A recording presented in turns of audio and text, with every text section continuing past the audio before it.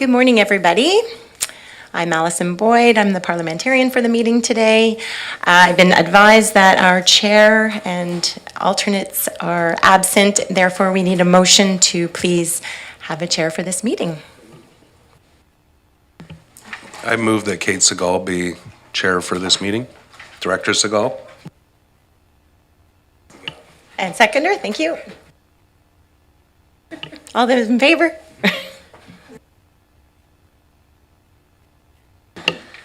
All right, everyone, welcome to the Committee of the Whole meeting of Wednesday, September 25th. I'd like to start by acknowledging that we are on the unceded territories of the Cowichan, Malahat, Subasit, Halalt, Penelakut, Staminas, Liaxin, Pauquichin, Dididot, and Pachidot nations, whose people have walked gently here for thousands of years. Ms. Boyd. Thank you, Chair. May I please have an approval of the agenda? Moved, and is there a seconder? Seconded. All those in favor? Any opposed? Motion carries. We move to number 2, adoption of the minutes, that the minutes of the committee whole meeting of September 11th, 2024 be adopted. Do I have a mover? Moved, seconded. All those in favor? Any opposed? Motion carries. We have no business arising from the minutes. We move to public input period. The public input period is to offer the public an opportunity to comment on any agenda items before the committee considers the item. The public input period procedure policy allows for an allotment of 15 minutes where the speaker is welcome to comment on any items on the agenda up to a maximum of 3 minutes. This includes items that are or have been subject to a public hearing. Input from the community is valued and appreciated. We request that input is presented in a friendly and respectful manner. Your cooperation in maintaining a safe, respectful, and orderly environment is greatly appreciated. Welcome, Ms. Bernard. Aiscoil, Siemna. It's really good to see everyone, and thank you for the opportunity to give public input on R3 this morning. It's a report from the Communications and Engagement Division regarding a community satisfaction survey. I have also provided written input, which I hope was received in good order, so thank you. Well, first of all, it's a privilege to come here week after week to put a face on public input, and it's so much a part of my heart to go where the people are, for everyone around this table to be super plugged into their communities. And I just want to say that it doesn't seem as authentic to be mined for data as it is to be sat down with over a cup of coffee on a day-to-day basis in my community. To learn, I've been walking the streets as a litter picker, as a planter for pollinators, as a professional community volunteer through Rotary International, and I've come to learn over the last few years what the hopes and fears of my little corner of the Shire look like. And these days, I don't know if I even saw it reflected in the survey criteria that was done 5 years ago, which is a real concern for vandalism. We are dealing with super impacts to the budgets. We have people that are afraid to do good things in our community, whether it's murals, whether it's installations, because they think it's going to be destroyed or defaced or dumped on. I mean, we can't let the trolls win, is what I'm saying, Madam Chair. We can't Chair Segal. We can't let the trolls win. We need to be kudo-driven communities. We need to have that feedback that allows people to feel empowered to have those collaborative conversations in a sit-down atmosphere. And so my written input suggested that perhaps this money could be better spent as an economic driver in the community, to allow for a tab at every cafe and every patio throughout the regional district so that you could do drop-in coffee times with your constituents and have that be an ongoing organic conversation that builds relationships, because I'm here today with my shirt on to say that I practice reconciliation through Natsamat Shkwalawan, that we all move forward together in a good way, even the ones that aren't technology savvy or the elders of our community, that you need to draw that knowledge out of them. And so I'd like to end on a tribute to a stalwart volunteer from Mill Bay, the late Shirley Walker.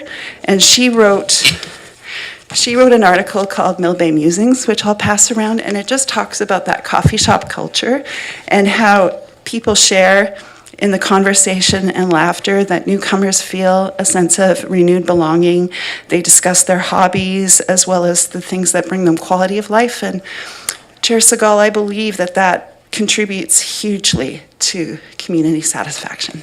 Thank you. Thank you very much. Don't see anyone else in the gallery. Anyone online? Ms. Boyd? Thank you, Chair. We will move right to reports. R1, report from the Facilities and Transit Division regarding 2025 pre-budget approval for Cowichan Community Centre facility capital projects. Do we have a staff person, or did I see a motion? Moved by Move the Director Stone. recommendation. Seconded. Any discussion? All right, I'll call the question. All those in favor? Any opposed? None opposed, motion carries. R2, report from the Environmental Services Division regarding Cowichan Watershed Board Governance Manual Update. Do we have a staff presentation? Or I see a motion to move the recommendation. I move the recommendation and speak to it. Seconded. Go ahead, Director. Thank you, and we do have Jill from the Cowichan Watershed Board here. So this updated governance manual really came from, why am I drawing a blank on the process that we had? Jill? The co-governance conversations. Yeah, and then we did the workshop, setting the course, thank you. Workshops. Yeah, if anyone else has questions, I was just drawing a blank on the sessions that we had. Really built on this updated co-governance or governance manual. I know that there may be some questions around the table, but I just want to give my gratitude to the team at the Cowichan Watershed Board, both on the board side as well as all the participants in that engagement and the talented staff there, along with our facilitator that helped us get to this point. So we went around a few revisions and really happy with the way it turned out. So thank you. Any other questions? Through the chair to Ms. Thompson, the revisions all look pretty straightforward to me. I just had one question regarding the bottom of page 16, so that's under fiscal management. So I see that the business plan is now being referred to as the impact plan. And on the first bullet under section 4.3, there is a reference to the annual plan and the business plan. I just wanted to confirm that that should probably say annual plan and impact plan. Is that correct?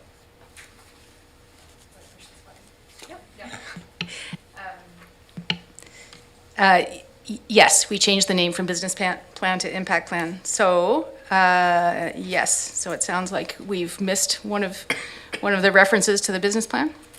Okay, we can correct that.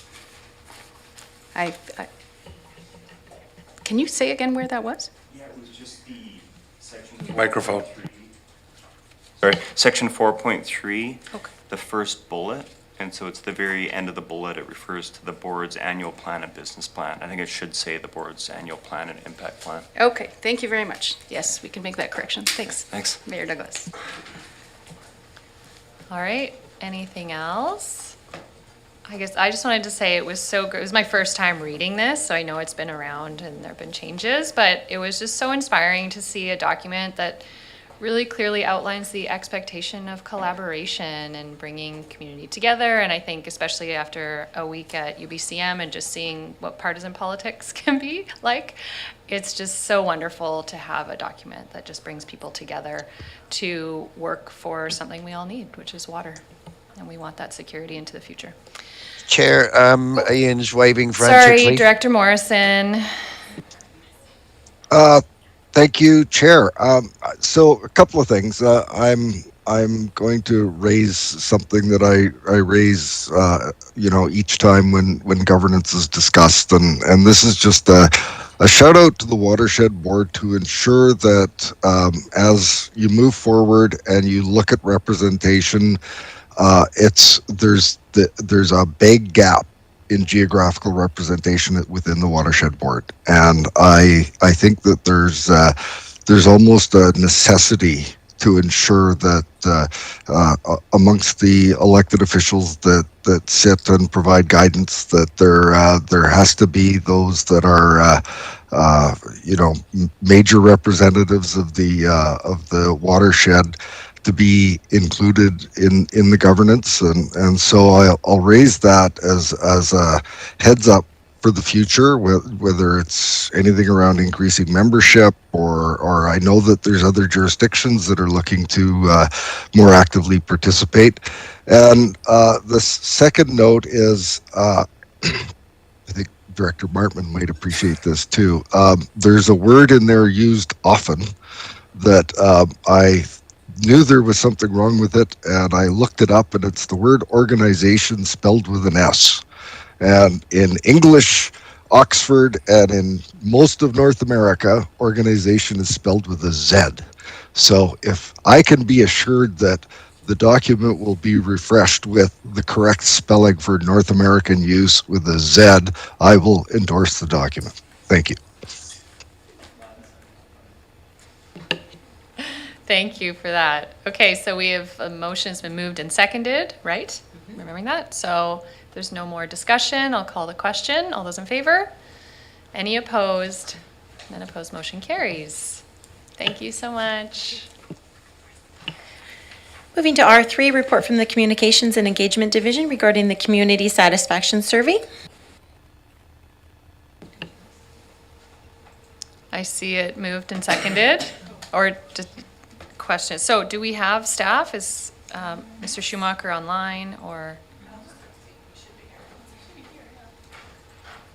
Okay, hold on. So we've got a speakers list. I need to get organized. That's organized with a Z.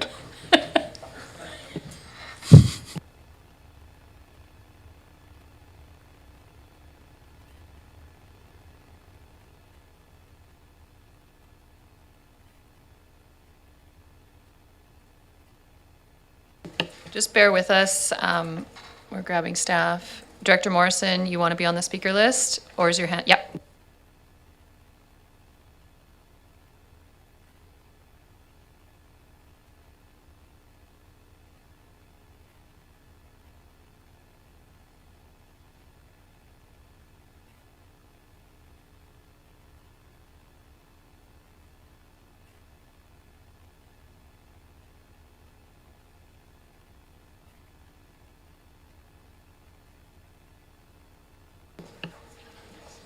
While we're filling time, I just want to thank Director Morrison for illuminating my use of Z in organization over S.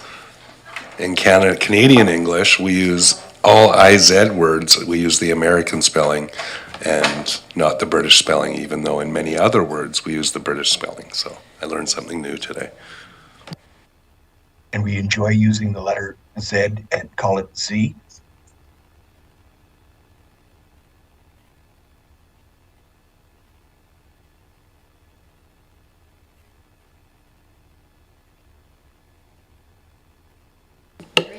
Welcome, Mr. Schumacher. Cruise right in. My apologies, the feed on the YouTube is significantly delayed, so I was thinking I had more time. But happy to be here. Thank you very much, Madam Chair. As you see from the report, it's a recommendation from staff that we proceed with a community satisfaction survey to update from our 2019 one. What we're asking for is a bit of a extra budget since we didn't properly, well, it wasn't part of our work plan for the year, but it was expressed that this was a desire of the board and senior management to see this happen, to continue it on and keep that baseline going and get some feedback prior to the budget season. So I'm happy to answer any questions that you might have. All right, so I've got a big long list. I'll start with Director Acton. Okay, I need to go first on this one. I don't know if my opinion's going to be popular, but it sounds like maybe Chris and I agree. I feel like I was around for this last one, and these are, and I guess all governments do it, because you can kind of see the topics at UBCM, and then this gets very scripted, and then it becomes kind of the workload, and it always goes back to, you know, that's what the community wanted, and I feel like it's just a bunch of hoops that maybe, do we really need to do it right now? I feel like people don't even know what the regional district is. And we've had these conversations where we're going to focus on educating the community first, and we still haven't, we still don't have, I know that Director Martman asked a couple weeks ago about the letter that goes out to new residents, educating them. Because I was one of those when I first moved here. Like, what? I have to call somebody to get, my taxes don't include garbage and water, and like, so, you know, starting there, so like and then this survey, I don't even think it's necessary. We can do all these things. We know that the survey is going to be about affordable housing and trails, ecosystems management, and parks. You know, like our parks. Thank you, Parks Acquisition Fund. We know where this is going. Like, let's stand behind our word then and just do it. And UBCM, FCM, like I've said, all these conferences are preparing us for what the next topics are anyway. I think that we could be kind of like stepping back to really educate people. Like, I'd love to see some kind of even a YouTube or Facebook, a social media campaign that just goes, hey, do you know what a regional district is? Do you know what the Cowichan Valley is? Like, let's start asking people that. So, I don't know. That's my rant on that one. I do think that I'm interested to hear, because you just said the board was asking for this, so I'm not sure when the board asked for this, but maybe you could say, where does this fall in your communications plan that you have set out? And is this kind of just gotten kind of bumped to the top? Through the chair to Director Acton, I would say that this survey I find personally as a staff member to be really helpful in terms of setting priorities for the organization, hearing from the community if, you know, items like parkland acquisition is still something that's being supported to the degree it was when the referendum happened, for example. We beefed up the survey in 2019 from 2016 to collect verbatim feedback from residents when they expressed dissatisfaction with particular service offerings, so that our staff could have a better sense of, well, okay, overall satisfaction went down by some points, but what does that actually mean? So I think the way we conducted the survey was quite useful for all the various divisions to reflect on the services and to help them with their own work plans for the coming year, to say, okay, we need to focus on this particular aspect of our service delivery. There's also a number of questions that we've had in 2019, which we may repeat again, which related to communications and engagement and how people want to be communicated with through the CVRD, which I think would be, given that we're about 5 years now from the last one, it would probably be really helpful to find out if our demographics still have the same feeling in terms of how to provide input to the CVRD, but also how they want to receive it.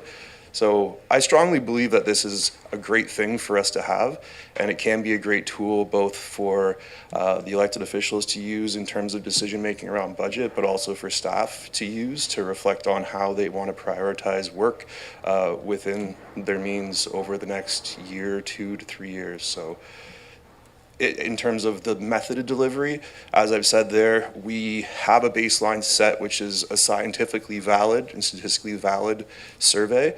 If we don't go with that means to deliver it, it technically won't be comparable to our existing baseline, which is part of the reason for the higher cost, particularly around like the phone centers. I think those have become quite expensive. That's a huge portion of the budget when you conduct a randomized sampling surveys as this.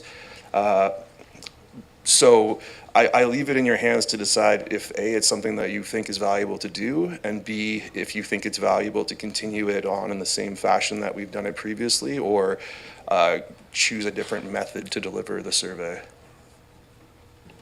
Ms. Miles Wilson, something to add? Thanks, Chris. just wanted to speak to Director Acton's comment or question rather about where it came from. And so when we were in front of you having the conversation and seeking the budget mandate, that was where the discussion about community surveys came in. And we did a quick budget survey, as you recall. And it was discussed that this would come later on in the year in the process. And so that's kind of where the dialogue began on this process. Director's letter, we're expecting that shortly then? Feels like it's out of order. Though the question's out of order, or oh, sorry, okay. That letter, because it's been years, like it used to go out, and then every year we've talked about it, and I thought we funded it too, so just about educating, because the purpose was to educate the community, because I think some of this is just to, I hear most people feel like it's useful, and that governments, and I know that all local governments are doing these surveys, but I think it's also useful for people to be educated on what is the regional district, and that was part of that. So I hear, maybe it's not, I shouldn't be asking these questions. I can hear my colleagues heavily sighing to my right, but anyway. Through the chair to Director Acton, I can answer some of it. I don't know where we are in terms of the latest revisions on the welcome letter that you mentioned. I can find out from staff and get back to you. It certainly is really important proactively to do education about what is the regional district and what are the services that we provide, because I agree with you, there's some, misunderstanding or lack of knowledge in society about what a regional district is. So we did have those conversations also with respect to going out to the public around budget. And one of the ideas that we came up with was to try and develop a series of videos that would be general information for the public that they could go to before we get fully into budget, so that they have a good background before they start to sort of weigh in on issues, kind of. So I hear your feedback. We have similar ideas on staff. We're working towards it. We don't have anything to report right now on the development of videos, but it's certainly something we're exploring. So, and then, like I said, I can get back to you on the status of like the last revision on the welcome letter and what we can do to address updates to that letter, either in terms of format or content. So. Okay. And maybe I can just add to that is one thing that we launched just last month was a new CBRD newsletter to keep all residents updated of the happenings, both business that happens at this table as well as the good work that our staff's doing constantly out in the community. Our thought is that based on the initial success that we've had with that, is rather than maybe a welcome letter, what we're planning to work on in early 2025 is just a something specific for the electoral areas, where it's sent out on an annual basis to all electoral area residents. So not just people that move to the community, but kind of a, hey, welcome to CBRD in 2025. Here's kind of some of the major things that are happening in your community. Here's what to look forward to. Here's how you can get engaged. A lot of the same information that was probably provided within the welcome letter, what does garbage and recycling look like, those types of things as well. But rather than it just be a welcome letter for new residents, we were thinking more along the lines of something that's customized to either all electoral area residents, or maybe breaking it down so it can be a little more specified for each of our 9 areas. So that's definitely something we have in our 2025 work plan. Thank you. Okay, so just so everyone knows, I have Director Stone, Douglas, Nicholson, Morrison, Abbott, and Staples on the list. Director Stone. Thanks. So I'm a supporter of the survey because it is statistically valid and purposely randomized, and that's an important fact and reality of why these surveys have values, because they are randomized. They're not and that's no substitute for the coffee shop engagements that was spoken to in engagement. They go hand in hand because there's that balance between those who are really knowledgeable, really engaged, have very different insights than the average person who may not be as engaged, who may not be as educated and informed. But it is important to capture those voices in a statistically randomized and relevant way. So I'm a big supporter of ongoing surveys like this.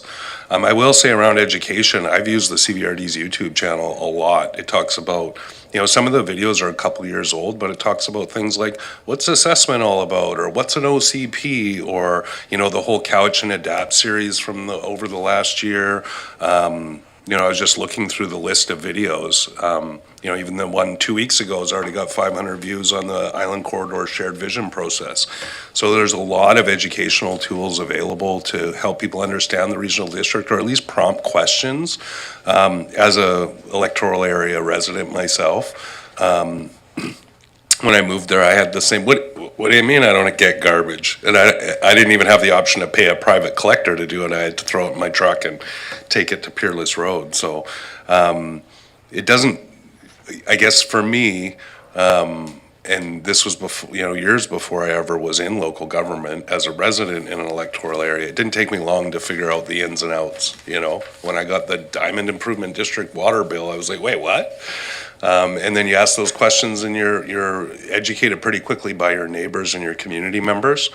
But that being said, I think that all of the input is valid, and points to that bigger strategic item in the plan around the communication and engagement strategy that's so important. But this is a really critical part of that communication engagement strategy, that randomized sample of folks within the region that is statistically valid and does provide a continuing insight into those baselines as well as the more detailed responses. So I would very wholeheartedly support this. If it hasn't been moved and seconded, I would move it. But also in hand with those other components that have been spoken to. Thanks. Thank you. So just for clarity, that has been moved and seconded. Director Douglas. Thank you, Madam Chair. In terms of the community satisfaction survey, we undertook our own at North Cowichan back in 2022. So comparing that to the last CBRD one, I think there's elements of the CBRD survey we can borrow from ours at North Cowichan, but I think there's also some questions in our North Cowichan survey that I think the board and staff here and the public would find of use as well. And so I would encourage Mr. Schumacher to take a look at the North Cowichan survey and just review some of those questions and see if there's something you might want to borrow for this survey. And a few in particular that I thought staff and the board might be interested in. In terms of the questions about quality of life, we asked folks to provide a reason for their rating, which provided some very useful data. We also asked not just about satisfaction with specific services, but their overall satisfaction with all the services offered by the municipality. And I think a question like that would be a value here as well. In terms of challenges facing the community, we asked not just what the challenges were, but which ones the local government should be taking action on. And if you look at the difference between what the challenges are and what local government can take action on, you can see with the residents' responses that many folks do recognize that there are challenges facing us that are outside our jurisdiction as a local government. And then finally, we had some questions around taxation, including value for tax dollars, and then the balances between service and taxation. So asking people, like, would you want, say, to lower taxes, even if that means a lower quality of services, or would you want to raise taxes so that means a higher quality of service? And it gave us some very, I think, nuanced answers in terms of the preferences of our community. And again, I'm not saying the North Cowichan survey is better than the CBRD one. I think both have strengths. We can learn from one another, but just would encourage you to take a look at the one we used a couple of years ago and see if there's some questions on there that might be of value. Through the chair to Director Douglas, absolutely. I believe that your staff had used our survey as kind of a tool to develop your survey as well. As you can appreciate, there's a lot of nuances between the municipality versus a regional district. So some questions might not be able to be as kind of open-ended, and we have to dial in a little more, like in terms of service delivery. But I think you're absolutely right. Like I said, one of the things that we beefed up on the 2019 was the ability for verbatim responses in certain cases to gain more information, because it's not really helpful for a division to find out that their satisfaction rating went down, but without any anecdotal reasoning behind it. that is one of the problems, I guess, with delivering a survey like this. When you add those open-ended questions, it tends to increase the cost like substantially, because it's more time that they're spending on the phone with those people to get those answers. But one thing I should just mention too is in the plan that we're kind of presenting, the recommendation is that we'll have the same way we did it last time. And I appreciate that some directors weren't here on the board and may not be aware of how we did it in 2019, but we had the statistically valid survey with approximately 700 respondents to it. But we also ran an open survey that was identical, and that we put the link out and anybody in the public could participate in it. So we essentially had two identical surveys running, and the results were remarkably similar. I thought they would be quite different, allowing people to just opt into the survey versus a random sample. But the idea would be to still run both of those. And then we also will have two sets of baseline data, because we don't have a previous open link survey that the public's completed. So doing that again as a component of this, I think will be really interesting to see what the results are between the two methodologies. Thank you. You're good. Director Nicholson. May I ask a clarifying question from our conversation before about letters? Have they been going out, or do we just keep improving the letter and not sending it out? Through the chair to Director Nicholson, I would have to check with Land Use Services in terms of when the last time that they were mailed out. I know they haven't been, to my knowledge, like fully updated in at least a couple of years. There's been a lot of the information in those was very heavy towards like the land use services side, and there's been a lot of updates and things. So I think, yeah, we need to kind of do an overhaul to make sure that everything is accurate in those before they're distributed out again to the community.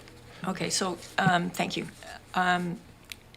So the motion is to do this survey, and I'd like to say at the front end that I really believe in surveys, particularly if they're statistically valid, and I think that we probably can continue to improve this survey.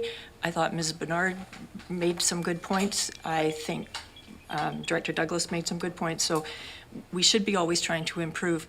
But I think the timing of this survey is wrong. So I think the survey would be, and I actually went back and I read the one from 2019, and I thought, oh, where's this been? I haven't used this. And so it really speaks to the survey and how you're going to use it. And I think the most value for the survey is when you're doing your strategic planning. So if we did it not this year, but the next year, right before the new board comes in and does a strategic plan, I think it would be much better. That appeals to me more financially, because I think we've got the third regional recreation hit happening this year. So it just doesn't make sense to me with all the financial pressures to do it now. And I also think we would be wise to do this communications and engagement strategy, which I believe that we've been talking about doing, so that we can make sure that this satisfaction survey is consistent with the important things that we think we should be doing in the communications and engagement strategy. So basically, I'm supportive, but I think the timing's wrong. Thank you. Ms. Miles Wilson? Sorry, I just wanted to go back to this concept of direct engagement in electoral areas, like with the letters that we're referring to. So I just wanted to kind of link it together, because we've had that question and comment from other regional directors, electoral area directors as well. And so what I wanted to say to that is that since I've been here, we have not been sending them out. I'll just confirm that.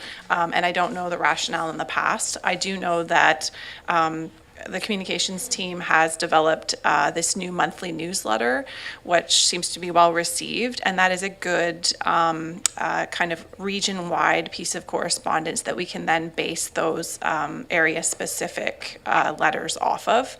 And so we want to make sure that we have like a professional image, and all these documents are kind of tying together, and we're not repeating the same content. And so Chris and I had been talking about this with some of our other directors, and so that was the first piece, and then that is kind of a secondary piece, that the individual pieces of information. So I just wanted to clarify that, because it was something we had been talking about recently.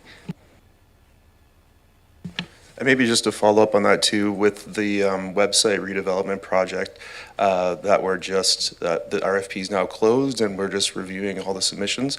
We're really hopeful that the new website will have a heavy component to it in terms of resident engagement, with a much better ability for people to sign up to different newsletters or information going out, better than what's reflected currently through the Notify Me system that we have through the current CBRD website. So I'm really hopeful that when we do launch the project with a particular vendor, there will be some engagement that happens specifically with the board to get some input as far as what kind of information that you believe your community needs to be seeing coming out of it, and that'll really be helpful for us to guide how we're going to be conducting that. We have some ideas, but certainly a lot of views have been shared here, both in this meeting and many others. So I know that you have a lot to say and some valuable input, so that will be a part of that process going forward over the next 8 to 10 months. Thank you. Going online, Director Morrison. Thank you, Chair. Got a few things to say about this. I think this is the third round that I've been through on this, and I just want to share that I believe in the first one we were really quite surprised by some of the results, and I remember some of the board members at the time chose to really question the statistical validity of it, and it was received, but I can't say it was necessarily all that warmly received, but it ended up being a very good tool for the organization. The 2019 example was again a little bit surprising. I think we were pleased with a lot of the results, but a lot less questioning of the statistical validity of that survey. And again, it ended up being a very good tool for the organization, just as Director Nicholson had said in her reading of it. I know that the federal government does the census, and it's not about the one-on-one stories in the coffee shop. It's about important information to implement policy and fund the right things that the community wants funded. And you can't get that from 16 directors having 16 times many times conversations in coffee shops, because you end up with 16 anecdotal perspectives on some very important questions. So this, I think, will be a evolved and even more impactful study for the organization. And when it comes to timing, I really would like to have this data for the last 2 years of this term, so that we know that we are making decisions and investments in programs and services that the community within our term has indicated that they want and they have interest in. So I know that we're looking at this, and we've hired some of the best, or we look to be hiring some of the best survey people in the industry. And I had to realize a number of years ago that we're not experts in communication, and the people that are putting this together with the help of Mr. Schumacher and the other senior staff, they got a pretty good idea of what they're doing. And it's that duplication, it's that replication that is such a valuable tool, because we can see the improvement over previous years or the decline over previous years, and we can take action to correct or improve or draw back on some of those things. And finally, which I kind of figured this was going to happen when this was discussed as agenda review, this is a financial question that's before us. We're not being asked to provide direction on what the questions are within the document. We're asked to say whether or not the additional cost is worth it for this study. I personally think it really is, and it's not going to be a requisition impact. It's going to be coming from reserves. So it doesn't really have a great implication on this year's budget. The money is there, it's in reserve, and I think it's a perfectly reasonable request, and it's a request that we made of staff to bring this forward. So with that, I'll be supporting the resolution. Thank you. Thank you. Director Abbott? Thank you, Chair. And thank you, Mr. Schumacher, for a great report. And my predecessors who have spoken today, those with quite a bit of experience, have provided you with lots of information that I'm sure you'll incorporate. I want to applaud public input, both written and verbal, this morning offered by Ms. Bernard. And while I am not championing a tab at coffee shops, I believe grassroots participation is a hybrid that could be added to the survey.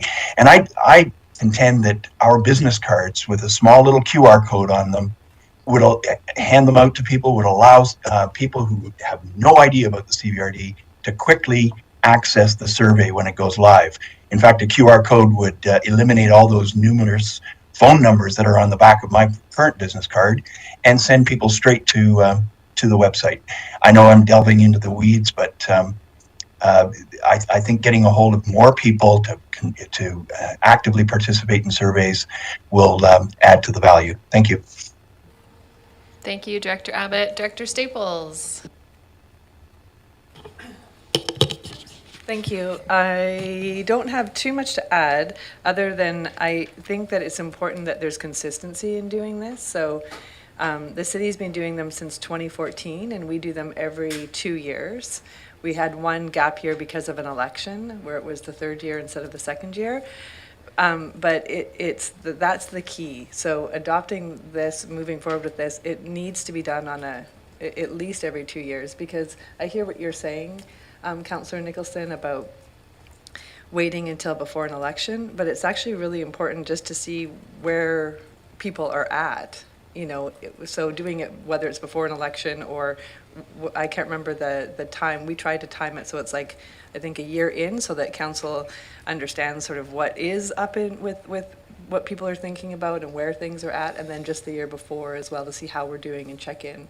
So I think that consistency is vital in doing this, and that includes the questions. It's fine to update them, but you want to be comparing apples to apples as much as possible, which I recognize that you understand.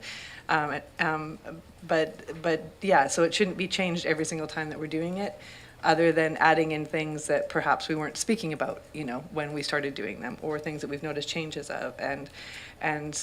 So yeah, so I just think that they're vital to the health of an organization, in the understanding of what, where the community pulse is at, and their relationship with us. I don't know how it's relevant to a certain degree for people, but I don't think that's the most important thing. Like, I think it's important that people understand where they live and all of those types of things, but that's for people to, you know, we can provide that information separately. I don't think that they're the part of the same conversation necessarily. I think that ongoing education of what is a regional district, what is a city, what is a municipality, you know, I think that that's something that people will deal with forever. That doesn't change. There's a certain amount of people who are really engaged and want to know, and there's a certain amount of people who are just like, I know I live in this area and I'm happy to live in this area and I don't want those details in my life. And we'll always get questions about that. That's just the nature of how this whole messy system is set up. But in terms of the survey itself, so both are important but separate, I think, conversations, and that consistency is really vital. Thank you. So I feel like we've had really extensive debate. I have a small round two. It's already moved and seconded, but I would like to call the question. You have something new to add, Director Nicholson? No, but I would like to refer this motion back to staff to integrate into their communication and engagement strategy and to roll out next year. I feel if I have a seconder, I'll speak to it. Is there a seconder to refer this back to staff? Can we hear what it is first? Before we second something? You need a seconder for the discussion. Okay, it's seconded. Director Nicholson, go ahead. So listening to the conversation, I feel that there's two reasons that we really need to step back and think about this, how we best make use of a satisfaction survey, and it's quite expensive, the amount of money you have to spend to get the good data. So it really struck me that there was this survey from 2019, and I was not clear at all how the board had used that and I've been here since 2019. So how we use that and how we integrate it into our business is one of the questions I think that needs to be asked. And I also think we need to be very specific about what we're going to use the satisfaction survey for. So be really clear on what we're trying to achieve by it. So that, I think, those questions should be answered in a communications and engagement strategy, which I believe staff are working on. So I think it is just slightly premature to go out and do this right now. Thank you. On the referral, Director Estache. Personally, I don't think the referral is necessary. As for outcome, I could just look at the fact that coming back from UBCM, I used the Nanaimo Express bus on Friday. That was a question saying, do you think a express regional service to Nanaimo was a good investment? There was a resounding feedback in there saying yes. So there is an outcome since 2019 now that we've seen the success of the NCX 70. So there's one part there. And as for a strategy, Director Staples' comments on increasing the frequency achieves your goals, so we can still just stick with the survey, because the survey itself is very educational. When the questions are asked, you're being educated on what services and what opportunities exist in the regional district. So the survey itself is actually performing two goals: feedback for the board and educating the population of the Cowichan Valley. So I don't think we need to refer it to the staff. I think we actually need to maybe lean a bit into more what Director Staples says and increase the frequency. Thank you. I'll go to Director Morrison. Chair, I think this is a referral motion, so it's not a debatable motion if I understand the rules correctly. Oh, like I should just call the question? My understanding. Oh, thank you. Or accept the propriety of referral. You should have interrupted us earlier. My apologies. I'm sitting here. All right, so on the referral motion, I'll call the question. All those in favor? Opposed? That motion fails. Back to the main motion. Are we ready to call the question? All those in favor? Any opposed? Director Nicholson opposed? I don't see anyone else online. That carries. We just have, thank you, Mr. Schumacher. Oh, Director Morrison? Yes, go ahead. Question, is this going to this afternoon's board for ratification and implementation? Ms. Boyd, do you know? No, it will go to the next, after. Is there not a timing issue? Mr. Schumacher, do you want that, is that going to this board or next board meeting? Oh, we can go to the next. Yeah, that's fine. And another question, Madam Chair, Go ahead. I know it's off topic, but it's been my understanding that there has been a request for the EA welcome letter for every year for the last 5 years, at least, or since the last went out. I'd like to ask staff if they require a resolution from the board to make that happen, because it hasn't happened, even though numerous directors have made reference to it being asked for. Ms. Miles Wilson. Where is he? Oh, hi. Hi, Director Morrison. So we know that this is an interest. We do have staffing. There was staffing and capacity concerns in the department prior. So as I mentioned before, just going back to my last point about the newsletter and then the independent electoral area focused pieces flowing from that and being branded aligned with that. This is a request that we're aware of, and staff are going to be working on it. So we already have a draft, and if you want to provide a resolution, you're free to do that, but it is a product that they are working on. So does that answer your question? Director Morrison? I think what may have been lost in the clarity and the staff changes and the likes is that at least the electoral area directors have wanted to see this re-implemented.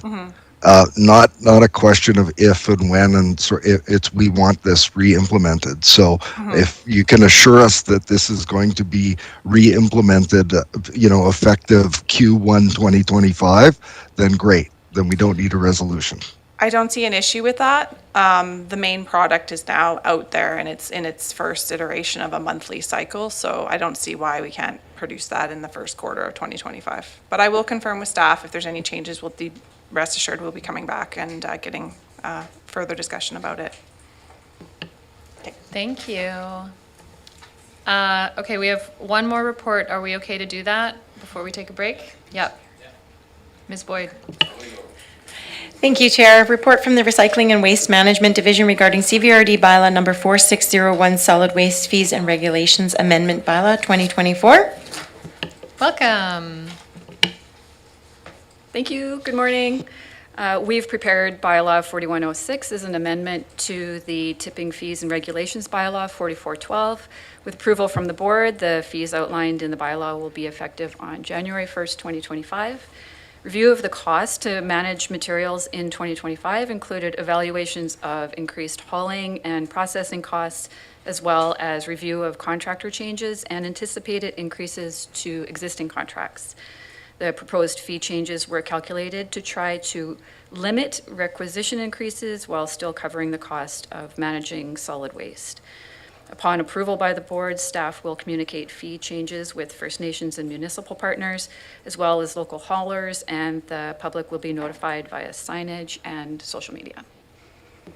Thank you. So I saw a hand. Was that a motion, Director Stone? Yeah, and if there's a seconder, I'd like to speak to it. Moved and seconded. I've got Director Morrison on my speakers list first, and then I'll go to you.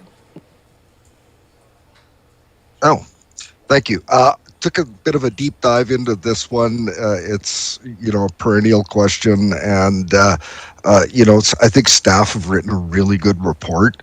And as much as I would like to go into the individual items of the commodities and take a look at what we could squeeze here and there, it makes a lot of sense with the tentacles that solid waste has through all of the curbside, the municipal services and the likes. The increase to the tipping fees is, well, it may seem like an indelicate or blunt instrument. It looks to be the most effective way to proceed on this. As just one example, I'd thought that we could maybe do a little bit of work on increasing the mattress charge that we charge for recycling, and that is coming off because it's going to be a producer responsibility product in the near future. So as much as I would like to spend a day going through the entire budget and all the various commodities and charges, I think staff have put forward an excellent resolution, and I will support it. Thank you. Thank you, Director Stone. Yeah, I'd agree with all the points from Director Morrison, also recognizing that municipalities have to have budgets that will be impacted by some of the fees for tipping the collections within the municipal areas. So it's important to get those fees nailed down. Also always loath to increase fees, but also recognize that fee recovery for services performed around utilities and things like building inspection and others are really important to keep the taxation piece more accurate, and we should be doing whatever we can to charge what the costs are related to the different services that are offered. So glad to support the recommendation. Thanks, staff, for a good report. Director Abbott. Thank you, Chair. I just wanted a little clarity in item 4, where it talks about to eliminate illegal dumping. Charities and individuals are offered free tipping to $1,000. Is that $1,000 per year, per person, per charity, or is that $1,000 for the entire organization?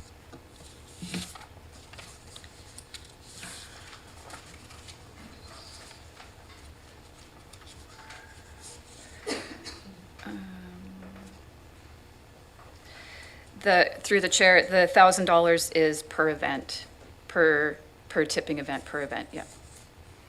Thank you. Director Nicholson. How does that $1,000 work for the Cowichan River cleanup? I'm not, through the chair, I'm not familiar with individual events. When the organization plans or buys material for that cleanup, that $1,000 is reimbursed to the charity through the program. Right, the Cowichan River cleanup, though, isn't a charity. It's run by the Cowichan Watershed Board. We can get more information for you if you like. I'm not Well, I familiar just want to with make the sure that there's individual- enough to cover that Cowichan River cleanup. Thank you. We can get some more information for you. Thank you. Any more? Director McClinton. Thank you, Madam Chair. Would there still be a mechanism for waiving some tipping fees? You know, I'm just thinking of a couple of the islands. They're organizing a barge to take some garbage or materials to the, you know, would we still be able to waive those tipping fees as it's a significant cost for them? I'm not familiar with eliminating anything. Through you, Chair, to Director Clinton. So we're not proposing any changes to the current structure of waiving tipping fees, so it remains the same. All right. I see no more discussion. I'll call the question. All those in favor? Any opposed? Director Acton opposed? Okay. Motion carries. Thank you. There's no unfinished business, no new business, and we go to question period. Welcome, Ms. Bernard. Thank you, Chair Segal. I have a question regarding R3 and particularly the methodology. It's the piece, the page that discusses the data collection scientific study criteria. And I learned, did you know, make this a question, did you know that my family is actually ineligible to participate in surveys like this? Because it says that any household with a household member working for the CVRD is not eligible to participate. So we have a member of our household who is a gatekeeper for CVRD parks. And so I'm wondering if that's for all surveys or just this survey, please, if you could answer that. I'm going to have to follow up with staff. It's not my wheelhouse, but Okay. I'll follow up I and get really back to you. appreciate that. And I also recognize with gratitude that today is perhaps outgoing Chair Stone's last few meetings, and I want to say thanks, and I have to make that a question, but in the past, I've had input here and questions where I've asked if letters to the editor are perceived as hostile moves on the part of the public. And so in the spirit of walking gently here in community and moving forward, I would like to rely on your co-chair wisdom together to answer this question. Is public input regarding topics like this considered a hostile move, especially if we've already discussed it at the committee level? Yeah.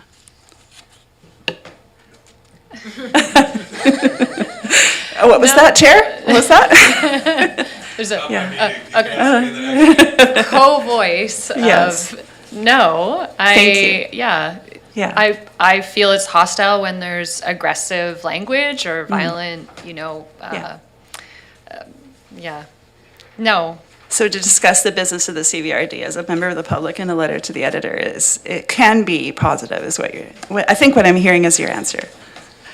I mean, it's not always necessarily positive, but I don't receive it as violent. I think it's important for the public to share how they feel and their opinions. That's totally allowed.